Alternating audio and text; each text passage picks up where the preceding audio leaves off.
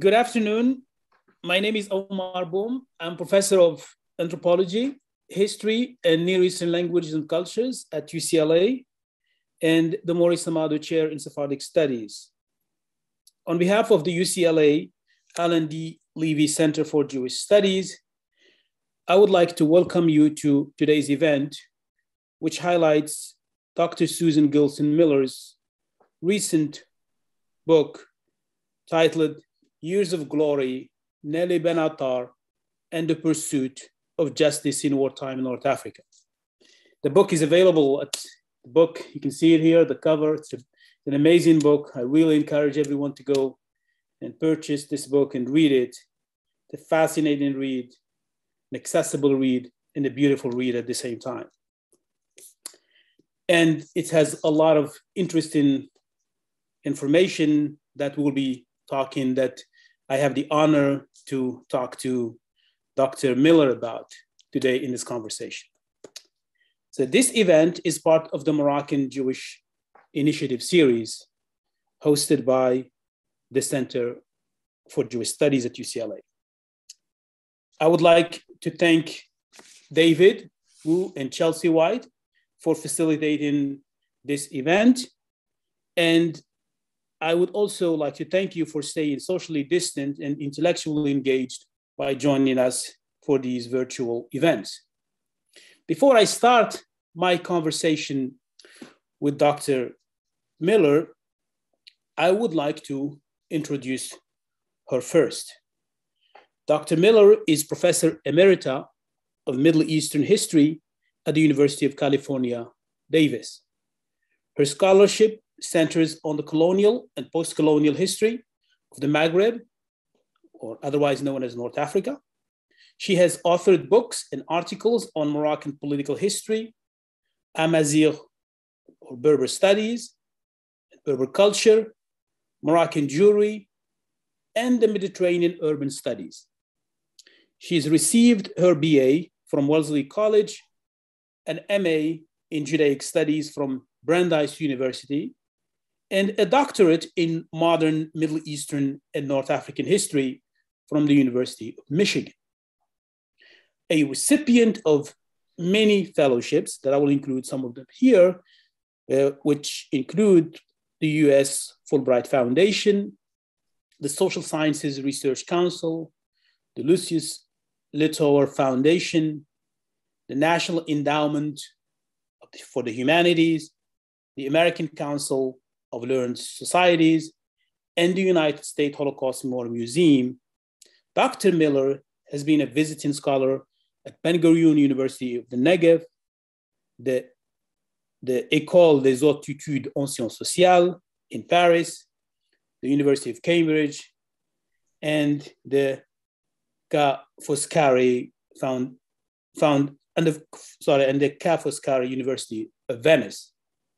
In 2006, she was awarded the annual prize of the Abu Dhabi Cultural Foundation for writing on Arabic travel literature, and her History of Modern Morocco, which was published by Cambridge University Press in 2013, which received the L. Carl Brown Prize from the American Institute of Maghrebi Studies. It is really, for me, it is an honor to have this conversation with Dr. Miller, whom I consider among many fellows in North African studies, as well as in Jewish studies, one of our mentors, a trailblazer for a lot of things we have been doing, and personally that I have been interested in, not only as far as the history of Morocco and the history of North Africa, but also Jewish history and North African Jewish studies. So it is an honor not only to engage with you, Dr. Miller, and which, if you don't mind, I'll start calling you from now on Susan. It's not only an honor to engage with Susan about this topic, but also I am really lucky to be talking to her about this book because I happen to know what happened, at least to be familiar with her research since going back to 2012 although I think she's been doing this research earlier than that. So to start my conversation, Susan, if you don't mind, I would like to ask you a question about space.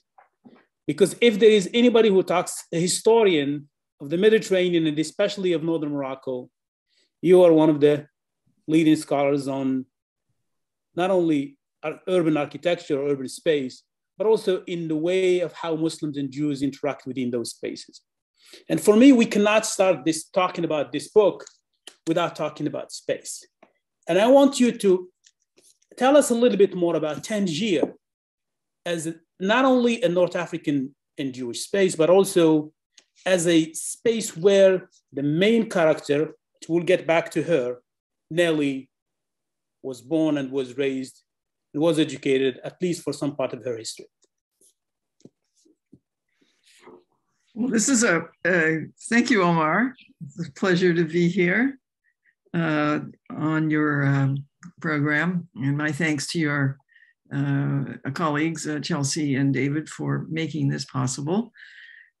I'm especially pleased to be talking to your audience because I know of your connection with Moroccan Jews in the Los Angeles area and the great work you've done through the Jewish Studies program to connect Moroccan Jews in your region with their own history in a very generous and large and interesting way.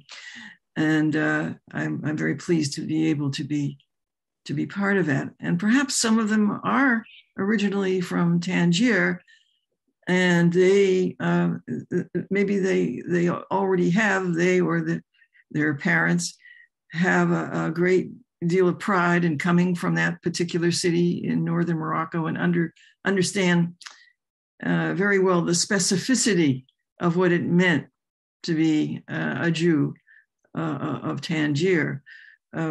There were periods in Tangier's history as late as the early 20th century where 30% of the population of the city of Tangier was Jewish. And it was a city in which Jews felt very much at home. There was no separate quarter for Jews. They mixed in with the rest of the population. There was a school of the Alliance Israélite, so young people became very well educated there. Tangier was always in touch with the wider Mediterranean world, so people who, Muslims and Jews of Tangier, enjoyed a level of sophistication and knowledge of the outside world that you didn't find in cities of the interior.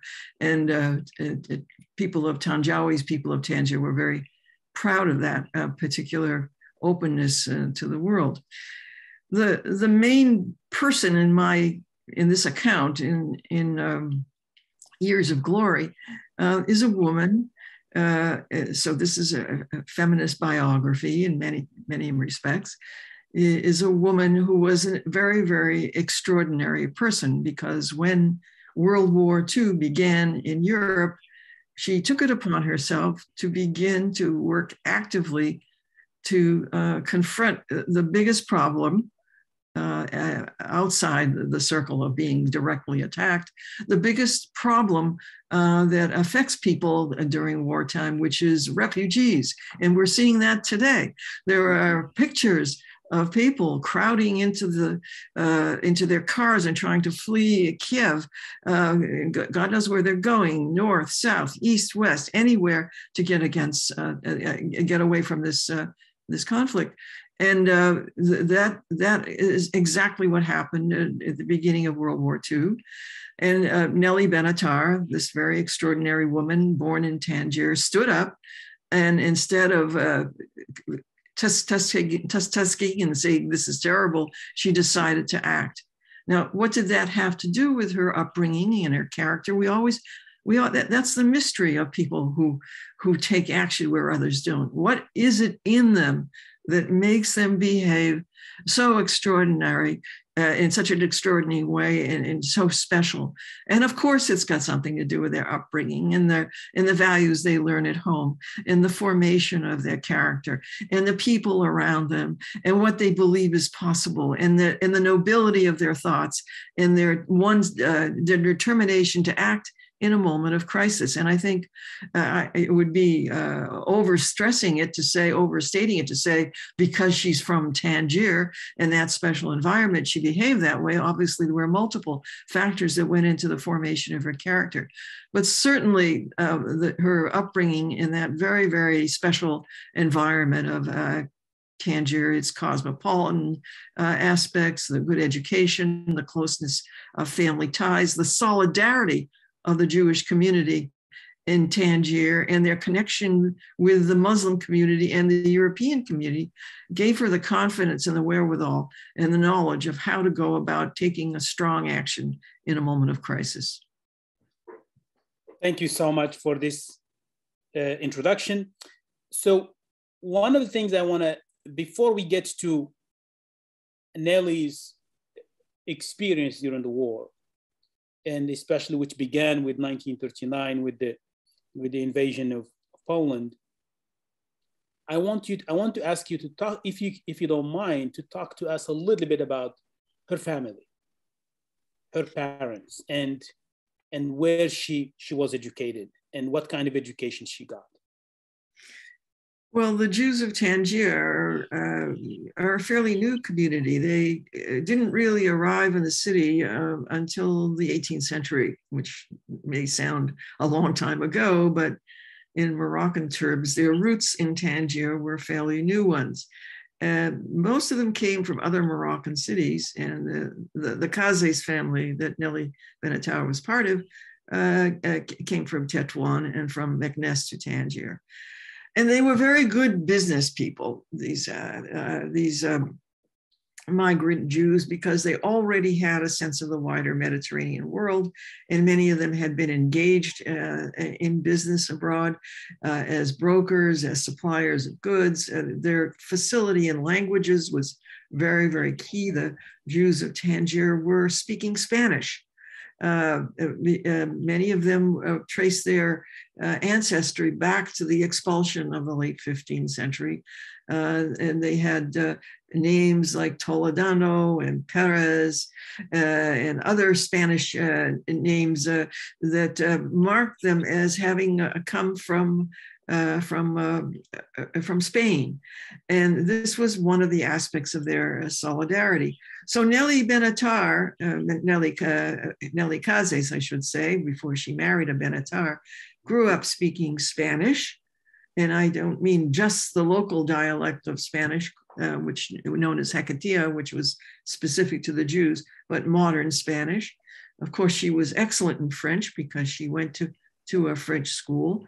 Her father was a businessman, and at one point he took the family abroad before World War I, and they lived in Italy, in Milano, and she learned Italian. So as a teenager, she already had 3 languages under her belt, and then she acquired English somewhere along the line. So she was multilingual, and she felt at home in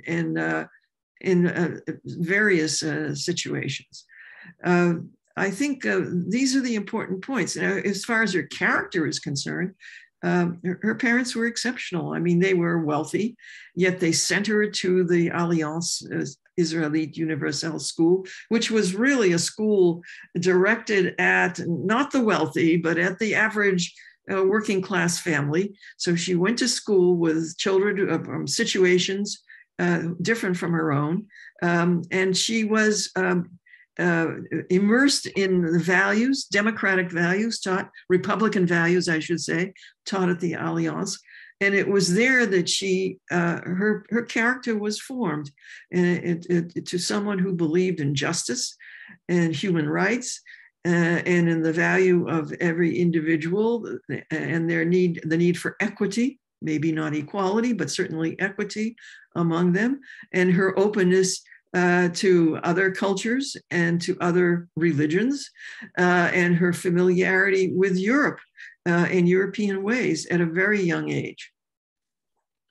So one more point I want to ask before I get to ask you some historiographical as well as historical questions specific to the case is, does the family has you, because I know you wrote a lot about the connection between North African Jews and the Latin America. Was there any connection as far as the family with that side of the world? Well, not directly. There were, in her family, as far as I could tell, there was no one who migrated to Latin America. However, her husband, Moises Benatar, the man she married in her early 20s, was very much a product of that migration. In the 19th century, hundreds of young Jewish men from northern Morocco, from Tangier and Tetuan, made the voyage across the Atlantic and settled in various points on the South American continent. Many of them arrived in Brazil, and from Brazil they penetrated into the interior along the riverways. And so by the end of the 19th century, you could go to a little tiny town somewhere on the Amazon and you might very well find a Moroccan Jew. Moises Benatar's father did that, and he prospered, he in particular in the rubber trade, as many other Jews did, trading manufactured goods for rubber produced in the trees along the Amazon, and then exporting the rubber to Europe. This was the age of the rise of the automobile, and especially even more than that, the bicycle. And they had to have tires made of rubber. There was no substitute. And this was a very, very important way that the Jews of northern Morocco acquired capital, which they then re-exported back to Morocco. And much of the building boom and economic boom of northern Morocco in the early 20th century was based on money that was flowing back to Morocco from Latin America because of emigre Moroccans who went there. Remittances, we call them today. Yes, thank you. This is a great background story. I really like how you set up the story for us. Now I want to, before we focus on the main character, and I know how much you love this character, and it's how personal this story is to you.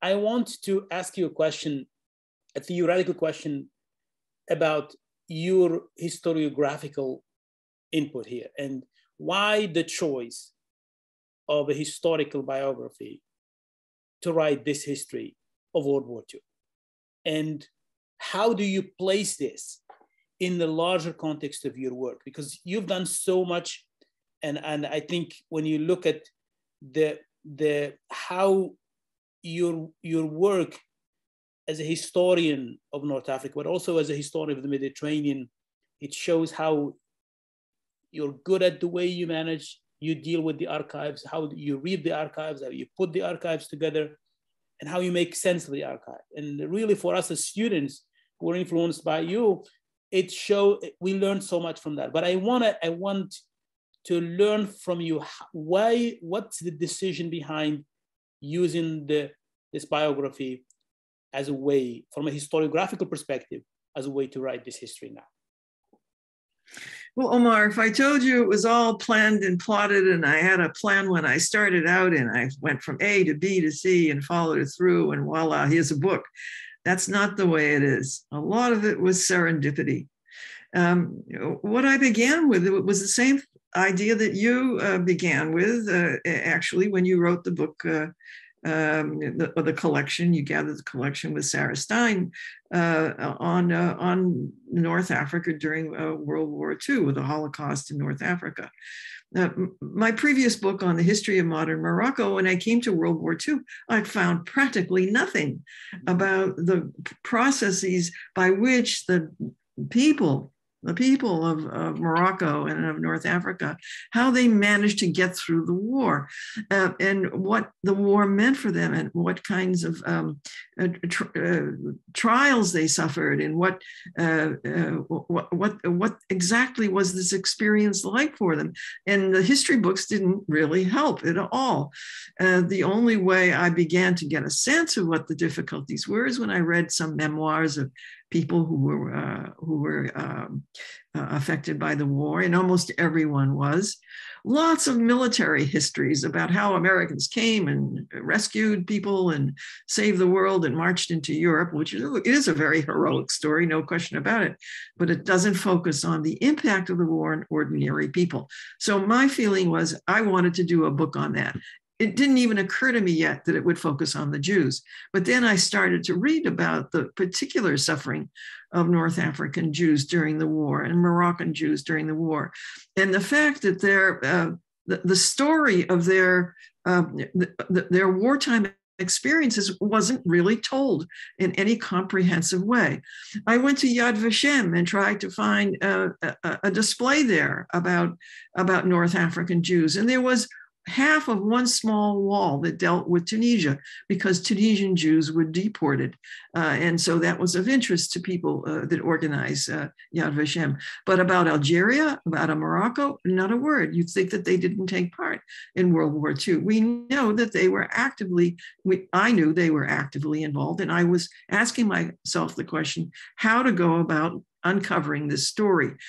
Well, the first way that one thinks of is to create a chronology. That's what historians do. And then they start going to archives and looking for material.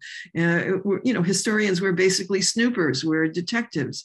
And we try and find our way through the written documents. And that's exactly what I did. And I kept coming across this name, Nelly Benatar, Hélène Cazes Benatar. I found letters that she wrote to the head of the French administration in Morocco, General Charles Noguès, very strong letters protesting against the way refugees were being treated, the way Jews were being treated, the situation in internment camps that were set up in Morocco as early as 1940. When I say internment camps, I don't mean forced labor camps. I mean places where refugees were housed while they were waiting ongoing voyage. And she stood out suddenly as a personality. So what do you do when you find a person? Nowadays, you're a historian, you find someone, what do? You go and Google them. And I Googled her, and to my amazement, I found that she had left a complete archive of her wartime experiences, and then somehow, miraculously, this archive found its way to the Central Archives for the History of the Jewish People in Ramat Gan, in Israel. So I packed my bag and I went there as soon as I could. And to my disappointment, this archive had been a bit ransacked. The files were not in order. Documents were missing. The people who took them out even had the chutzpah, if you pardon the expression, to leave a list of the things that they had taken. And many of them were important. I said to myself, I can't follow this person because the sources are in such a mess. But then another happy thing happened. I learned that the Holocaust Museum in Washington, D.C. had made a complete microfilm copy of this archive at a state in which it was still quite intact. And so my next stop was Washington, D.C., where I started to use this archive. Consequently, or at the same time, they digitized the archive. I was able to take it and come back to California and work on it here. This archive contained the story of Nelly Benatar. It wasn't an easy story to find. It took a lot of detective work and a lot of study to understand the meaning of the documents, because they weren't always clear in their sequence and in their political intent and what it meant for her. And a story had to be pieced together like a giant jigsaw puzzle. And it took me several years to do that, I must admit. And finally, I think I came to what I consider a reasonable conclusion about her remarkable activities during the war. She was a rescuer. She helped refugees. She acted as a lawyer. She was a member of an underground in Morocco that no one even knew about. She was a human rights activist. She worked in UNRWA refugee camps. She did a lot of amazing things to publicize the plight of refugees in Morocco, and also, more than refugees, people who were imprisoned in Vichy forced labor camps in the south of Morocco. So slowly, piece by piece, I was able to put together her story. That's great. So my next question, now we're going to shift gears and then going to talk about Nelly and the war, and Nelly in her relationship to the refugees. Because I think that for me, what I really like about the way the book is structured, you structure the book by years, and that actually makes it really the chronology makes the story easy to read, easy to follow, because of the details, because of the richness of the details. And you remind me, you write really beautifully as an ethnographer. In the old ethnography, not these days ethnography, I think in the old schools of ethnography as the way anthropologists used to do their business. But so now my question, the first question that I have is about, when you start talking about her interest in refugees, it begins with the Nazi occupation. And you spend a lot of time by discussing how she basically galvanized and brings people together to support Moroccan Jews, to support Jews of Boum. I thought that's really an interesting way to open the story. And I want to ask you about that specific event. Do you think that was so important that it marked the way she became interested in Jewish foreign refugees, stateless people, and so on and so forth? She has always looked outward, not inward. Because I want to ask you a question later on about her relationship to Moroccan Jewish community and her relationship to Moroccan Muslims. But I think that's, if you can talk a little bit about that particular moment, and if that moment marked the way she became interested in refugees. Well, I think we're in a good situation today to understand the shock and the disbelief that happens when people are living a completely normal life one day, and the next day their life is in a suitcase, they're packed up, and they're fleeing and they're running from some terrible thing. And have to understand that when the war began in Europe in 1939, vast, and even before, well before, 1933, as early as 1933, Jews were on the move because of Hitler's very clear intentions toward them, at least initially, to make them suffer, to set them aside, to exclude them from society, to ruin their possibilities and their chances for the future. And many of those Jews in Eastern Europe and Central Europe fled westward and arrived in France. And the refugee population in France swelled immensely in the 1930s. There are some very, very good books on this. Vicky Caron's book on Uneasy Asylum is a good reportage on a large number, hundreds of thousands of people, not only Jews, also political leftists, people that weren't going to be at home in a fascist state, all left Central Europe and fled elsewhere, many of them to France. And they had the expectation that they would be safe, but that wasn't the case. By 1940, Hitler was in Western Europe and breaching the Maginot Line. Anyone that's read the history of World War II knows this, heading south, and in June of 1940 reached Paris, and a massive exodus of people began, not only Jews, but French people in general. And that flow, human flow, headed southward.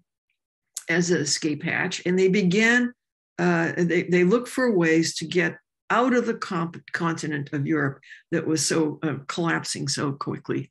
And we can empathize with it, with what happened, because we're just watching, opening your TV right now.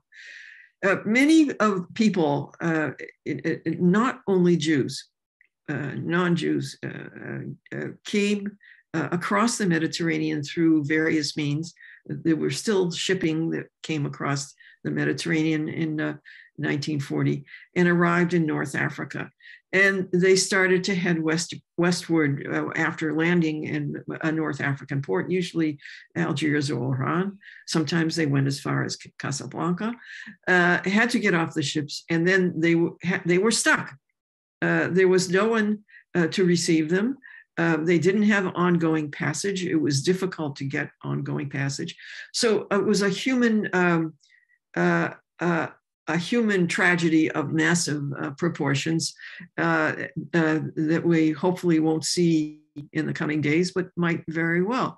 Someone had to take care of these people, and the French colonial administration was totally incapable of doing it. They hadn't planned for it. They didn't have the funds for it. And Vichy was very ambivalent about what to do with these people. Anyway, these colonial administrations were now under the Vichy regime after the June of 1940. Benatar did not wait for the French colonial administration to do something. That was in her nature. She knew that these people who were, and there were hundreds of them flooding the train stations and the port, they needed help. And she went to the Jewish community of Casablanca, and she asked them to organize and help her put funds together, find places for people to sleep, create a soup kitchen, get beds and blankets and all that. Single-handedly, she organized her fellow wealthy Jews. I would say certainly the elite Jews of Casablanca were in the forefront of this. And within days, she had a rescue operation going, and she did a remarkable thing. If you ask why, well, we already talked about that. I mean, who's going to become a hero at a time of crisis? Who steps up? What is it that makes people step up? And in any case, it was in her character to do it. She felt that she could have an effect. She'd had training in the law. She also got a nurse's certificate when she was waiting for the war to start. And she did what she felt she had to do. So a few months after that, in the late 1940s and early 1940 and 41, the Vichy authorities have already started implementing the anti-Jewish laws. Yes. Which means that, as you know, that you start excluding Jews from different professions. Mm-hmm. And here you have Nelly Benatar, Nelly, trying to organize all these. So can you talk a little bit about her relationship to authority, to the residency, and also her relationship to Jewish organizations, and how you place her? Now she is in Casablanca, working from within Casablanca. How you put her work in the context of what was happening in Lisbon? So these are three, if you don't mind, three parts of this question. That's I think what was happening in Lisbon? In Lisbon, yeah.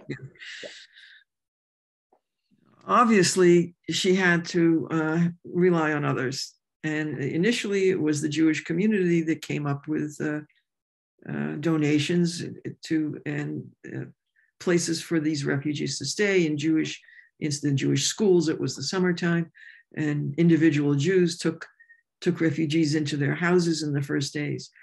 But she couldn't sustain that sort of rescue operation. She had to go to the French authorities and ask their help, and ask them to create some sort of reception center where people could stay while they were in transit, and help provide food. Food was being rationed at that time. And here we have some of the amazing and remarkable ambiguity of the problem. In Morocco, the French administration under General Noguès was willing to cooperate with Nelly Benatar, partly out of necessity and partly out of the fact that they saw it as a humanitarian crisis as well, and that she was a person that was going to deal with it. Vichy back in France was not terribly happy about this, and didn't smile upon it. Wasn't happy. So you had a division between the French administration in Morocco that was dealing with Benatar, and she with them in conversation, trying to find solutions to these difficult problems. And in France, this pro-fascist regime that had become rooted and that took over leadership of the French people in 1940, 1941, opposed to helping Jews, but not able to actively involve itself in the colonies abroad. A split that is often not very well noted by historians.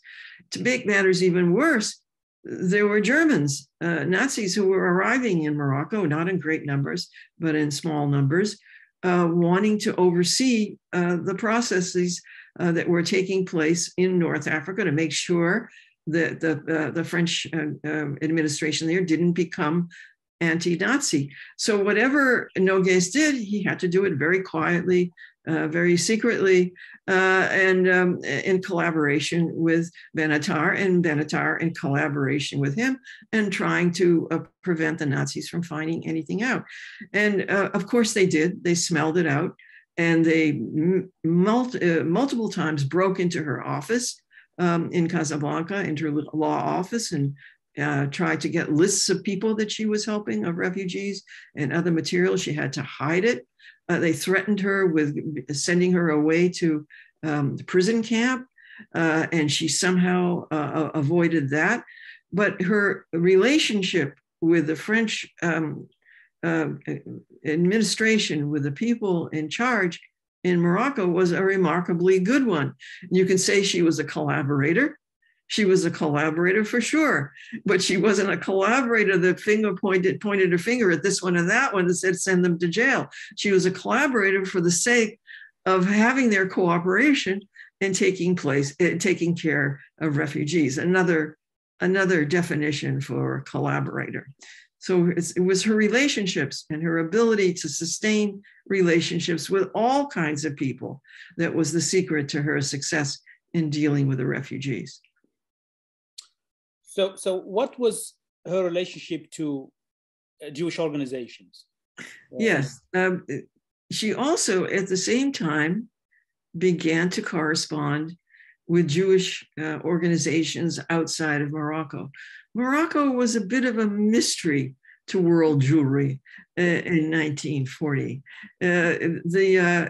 You can, if you watch the movie Casablanca, which is a wonderful film, you'll see the kinds of stereotypes that the American mind held regarding Morocco.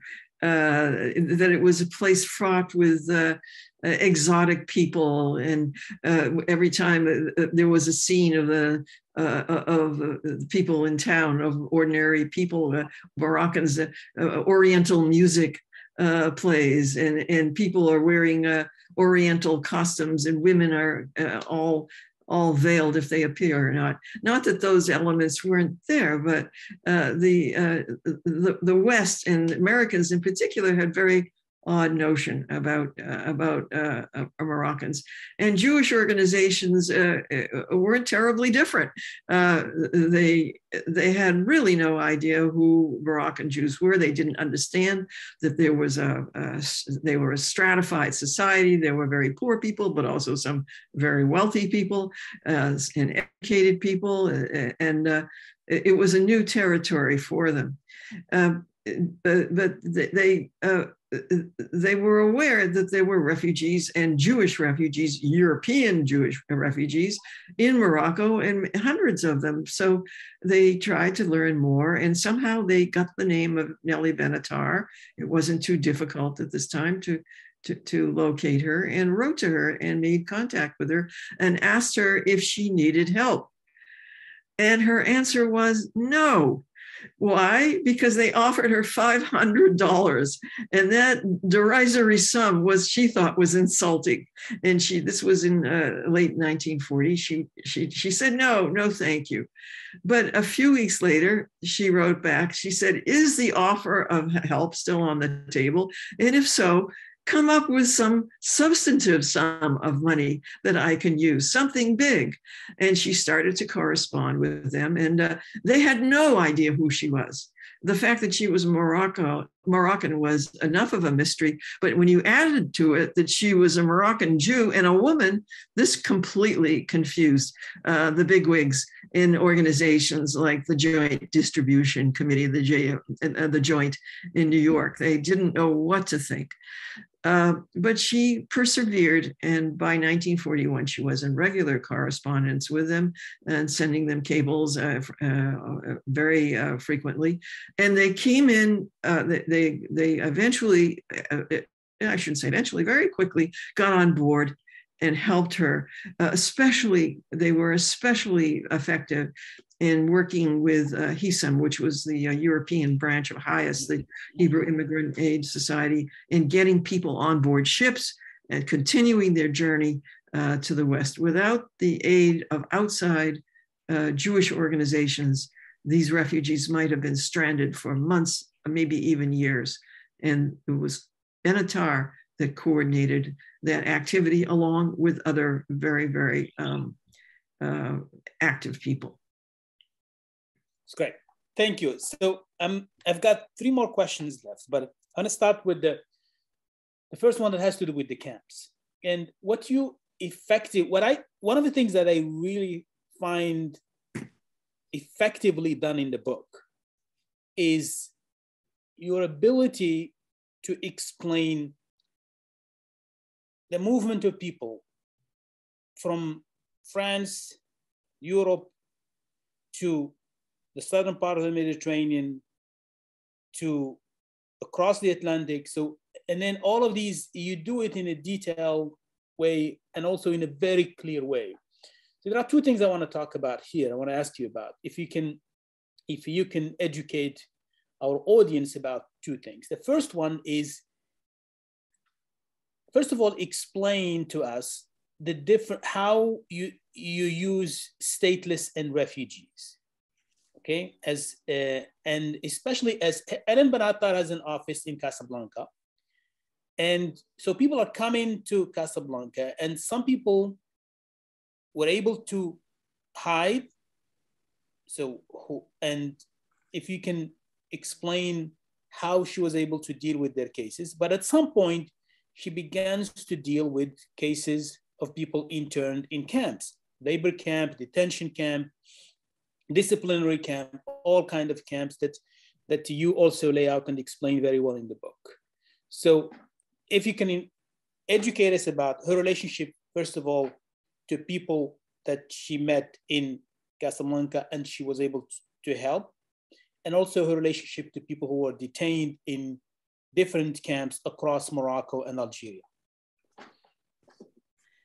Well, you know, let's say the garden variety of refugee, the ordinary refugee that came into Nelly Benatar's world were European Jews. The majority were European Jews who had lost their citizenship because they were Jews.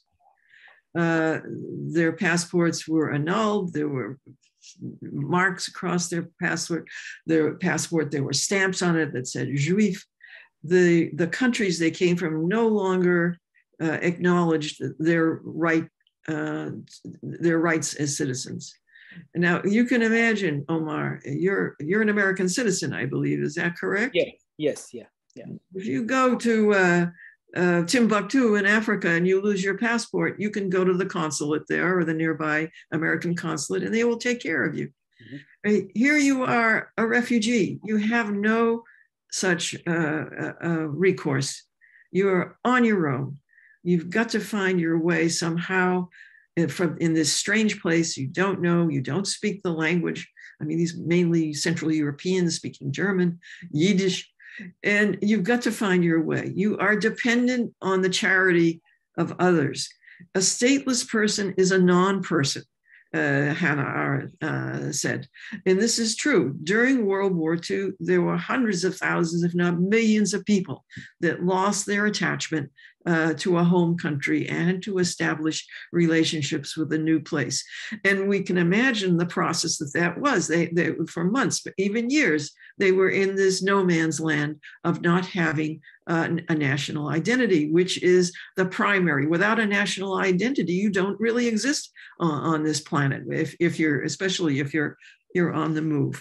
Now, what Benatar did in her work was to try and establish a mode of identity for all of these stateless people that she came in contact with, whether it was in Casablanca when they're staying in some kind of transit camp, or later on when she worked in the UNRWA, the UN refugee camps in Algeria, creating a dossier, giving them a history, giving them a past.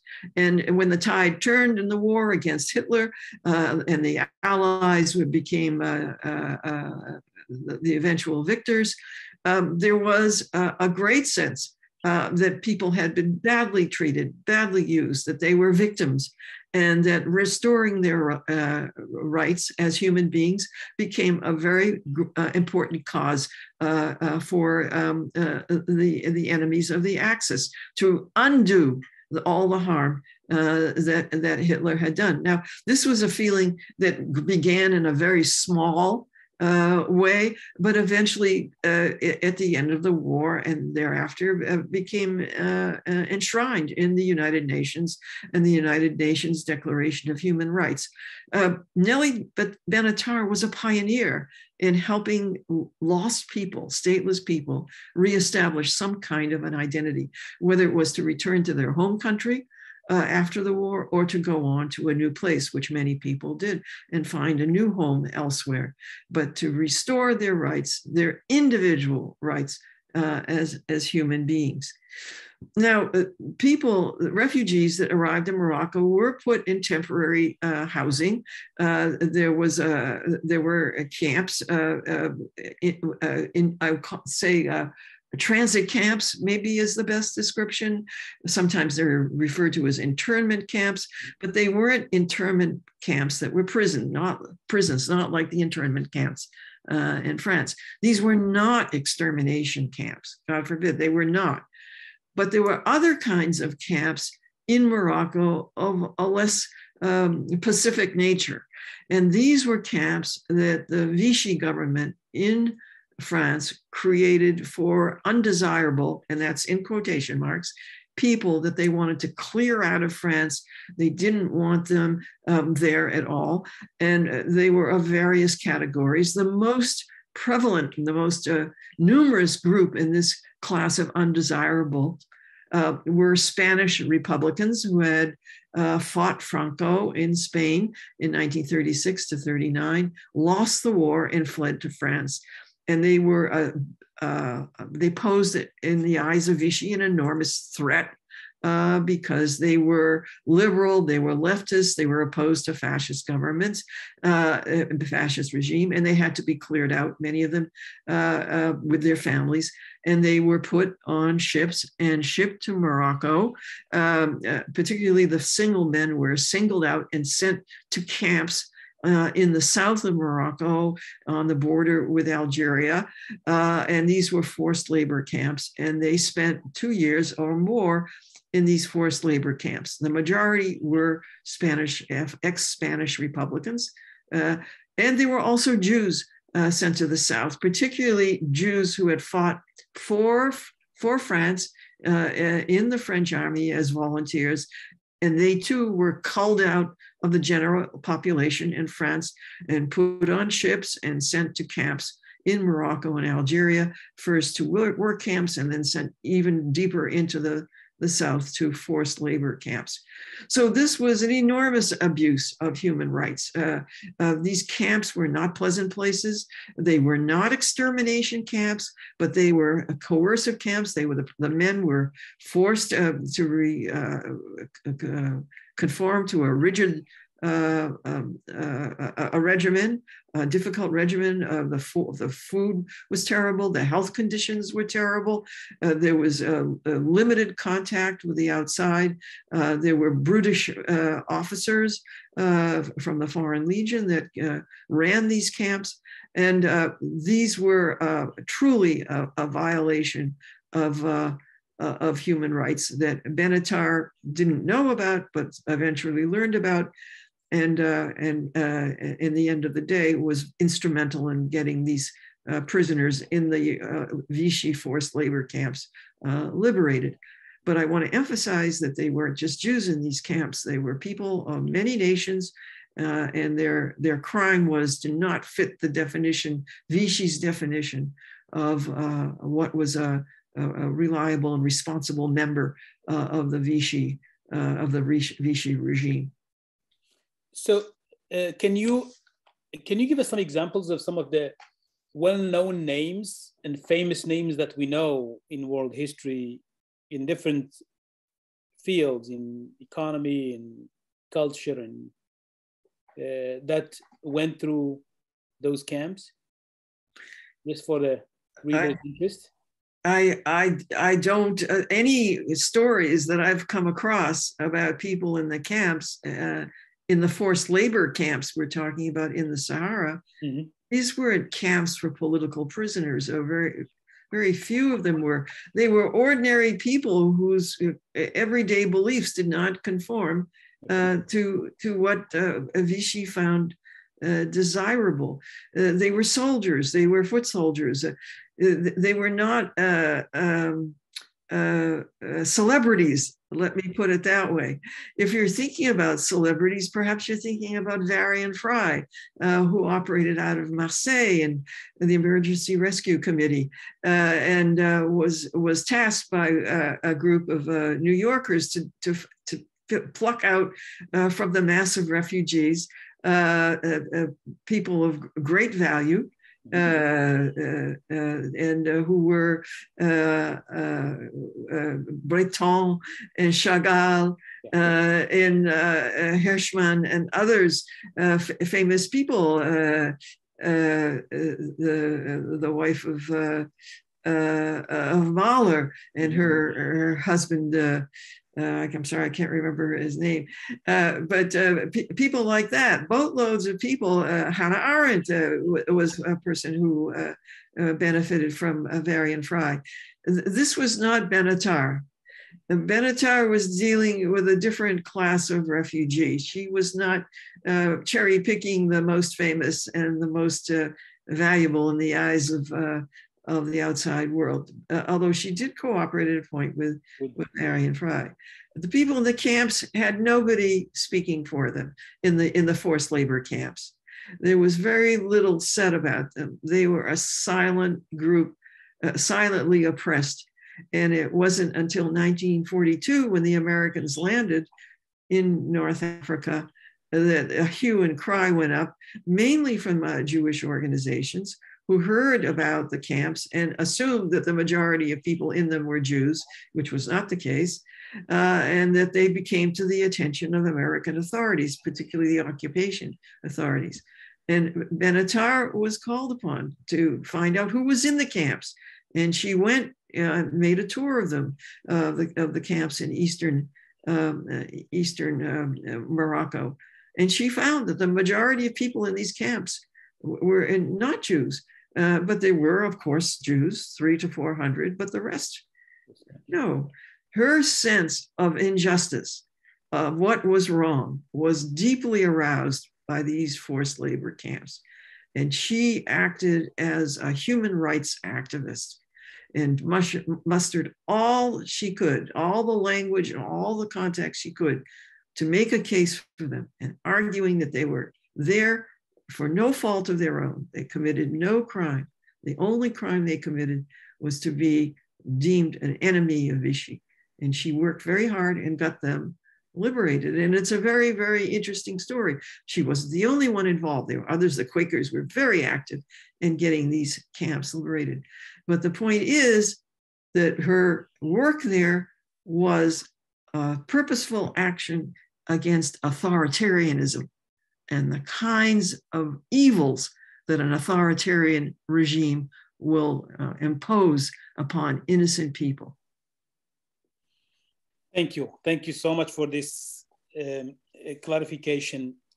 I have two more questions, and these are questions to conclude.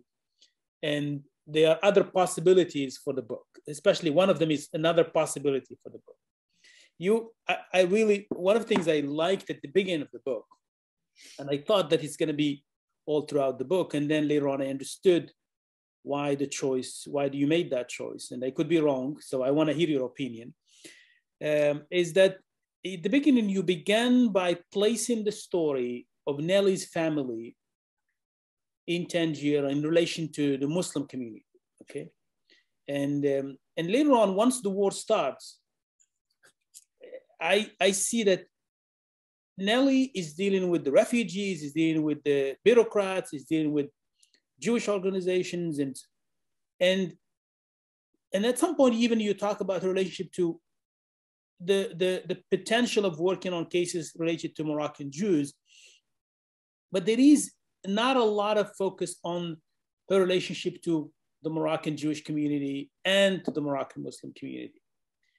And as I said, I understand why you made that choice, but in another world where if you want to write another book about her, where you place her story in Casablanca and where you also place the voices of Muslim and Jewish family, what would that story be? This is a good point you make, Omar. The way the war unfolded was the initial problem for Nelly Benatar was one of housing European refugees. But by 1943, after the camps were liberated, and there were really no more refugees coming out of Europe, Hitler had already instituted the final solution, and there were no people leaving. She turned her mind to other things. And one of the things she turned her mind to was exactly what you're talking about, which is the rights of Jews in Morocco and the condition of Jews in Morocco and what their future would look like. And together with other Jews in Casablanca, she began to think about what may be coming after the war. And her work in creating profiles and personalities and legal rights for refugees spilled over into her thinking about Moroccan Jews. Moroccan Jews were a special class of individual in the French protectorate, and you know that as well as I, perhaps better. They weren't full citizens.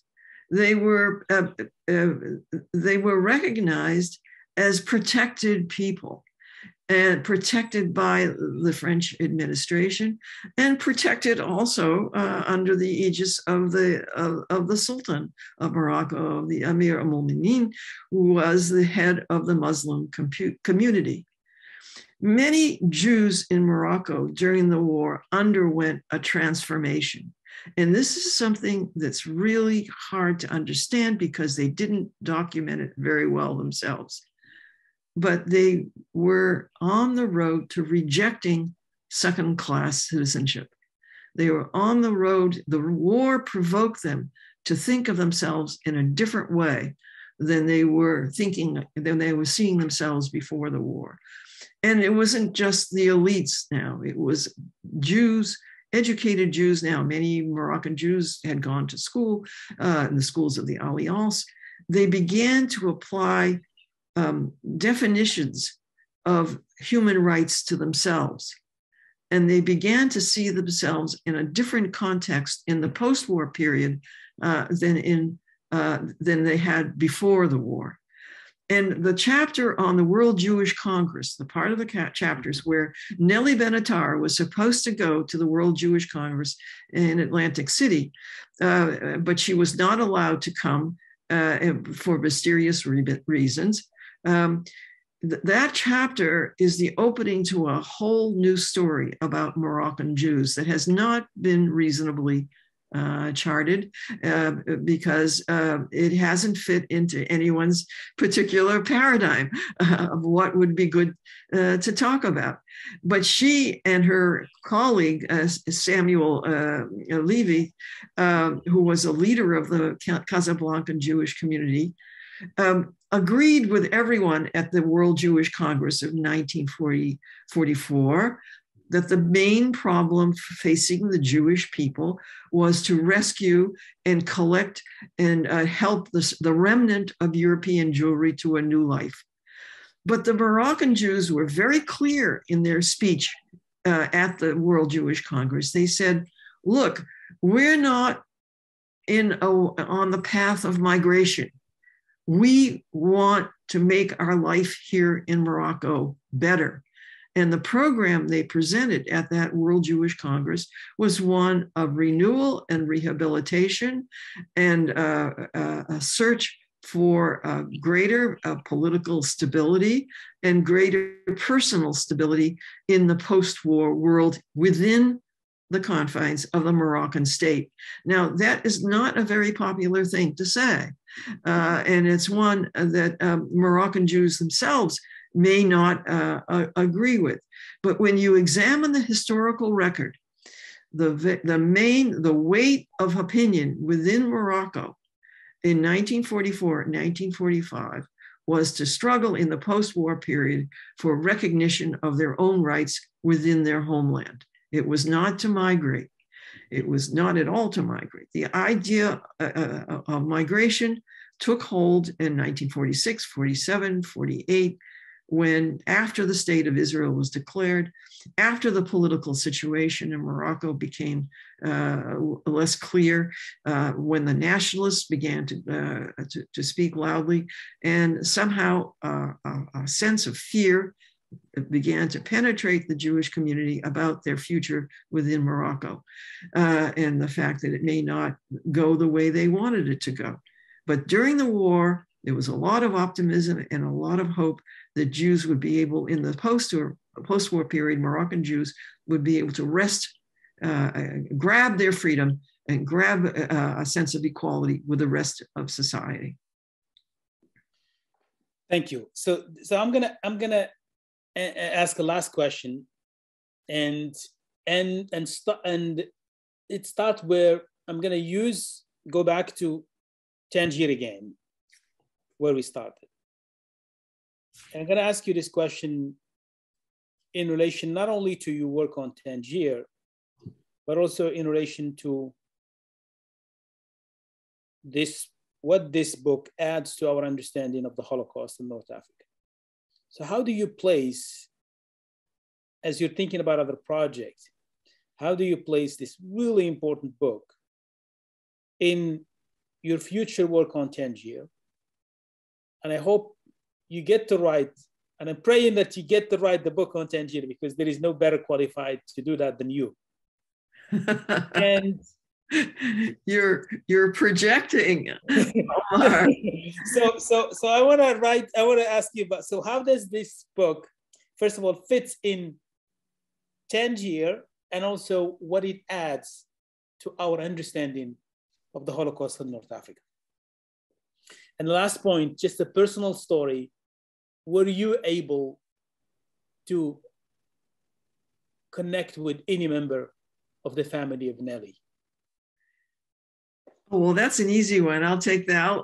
I'll cherry pick that one. Yes, her son-in-law wrote a memoir that was never published. I could never have written this book without it. It gave me a timeline as to her activities. His name was Serge Lapidus. He was a physician, and unfortunately, he died last summer before the book was published. His help to me was enormous, and I acknowledge him in the acknowledgements. Nelly has grandchildren who are still alive, had memories of her. Her grandson, Michel Lapidus, is a professor of mathematics, emeritus, I believe, at University of California, wow. Riverside. And he lived with Nelly during his high school years. He went to the Lycée in Paris. Her family, otherwise, she made a mark on a certain generation. She wasn't forgotten. Mm-hmm. She was just buried by years. People knew her. People had memories of her. I interviewed people in Paris that in their 90s who had memories of her. She was a figure, even in her own day. She was someone that was very, very well known for her accomplishments. The first woman lawyer in Morocco. I'm not saying Jewish woman. I'm saying the first woman Moroccan lawyer. Your other question is difficult to answer, and I have several ongoing projects, I'm happy to say. Mm-hmm. I'm interested in Tangier in the interwar period, and I'm working with other people on that project. And the international community in Tangier during the interwar years, it's never really been studied at all. And with the ties of solidarity, and here is where you see Muslim and Jewish cooperation before the war. The Jews of Tangier were intertwined with the Muslims of Tangier, particularly in the business world. They worked together very closely. They made business deals together. They acted in concert about property, and it was a mutual and very, very strong collaboration, I would say, between Jews and Muslims in Tangier, and a friendly one. That's where, but post-war, those things really didn't come into play. Muslims are practically absent from Nelly Benatar's archive. They do not exist for her in the war, in the crisis of war. She bought food from Muslim merchants, and I have the invoice, if you will, for buying 100 bags of flour from Haj so-and-so, who was a vendor, obviously someone she trusted by doing that amount of business with him. But I don't find a correspondence with Muslims. I don't find any interaction. I know that there were Muslim political prisoners, not in the forced labor camps in the Sahara, but in Boudeniba, which is a political camp. But the Muslim-Jewish interaction during the war was not very evident. It was mainly with Europeans that she dealt with. And when Jewish property, there were many crimes committed against the Jewish community of Morocco that were hidden. Jewish property was appropriated, Aryanized, well, we could say, and most of it handed over to Europeans. Jewish businesses were seized. That's where wealthy Moroccan Muslim entrepreneurs came in, because some of them did take over the place of Jewish businessmen in international trade during the war. But on the whole, there was very, very little interaction with Muslims, who were a subjugated community as well. They were just as bad off as the Jews when it came to legal rights. After the war, it's very difficult to trace. We have a whole period of post-war, and it's another subject I'm interested in 1946, 47, 48, when the great exodus of Jews started. And there have been many, many reasons given for why Jews began to flow out of Morocco after the declaration of the State of Israel. But it's not at all clear to me what were the real motivating forces. I have ideas about it, and I have suspicions, but it's something I'd really like to work on more closely, and I hope I will have the time and the strength to do that. I want to continue on learning more about the eroding of human rights that made people feel that they could not stay. And on that note, inshallah, you will. Thank We'll you. have the praying that you'll continue to do all the work you have done and to mentor us and to support us. And we really appreciate all your support and what you've done for Moroccan Jewish studies, not only here in the UC system and North African Jewish studies in general, not only in the UC system, but also in Morocco and in North Africa and in the rest of the United States. And so with that note, I would like to thank you for the opportunity to talk to us today about your book. And I'm inviting everyone to really buy the book, read the book, Years of Glory, Nelly Benatar and the Pursuit of Justice in Wartime North Africa. Susan, thank you so much. And I hope to see you in person soon.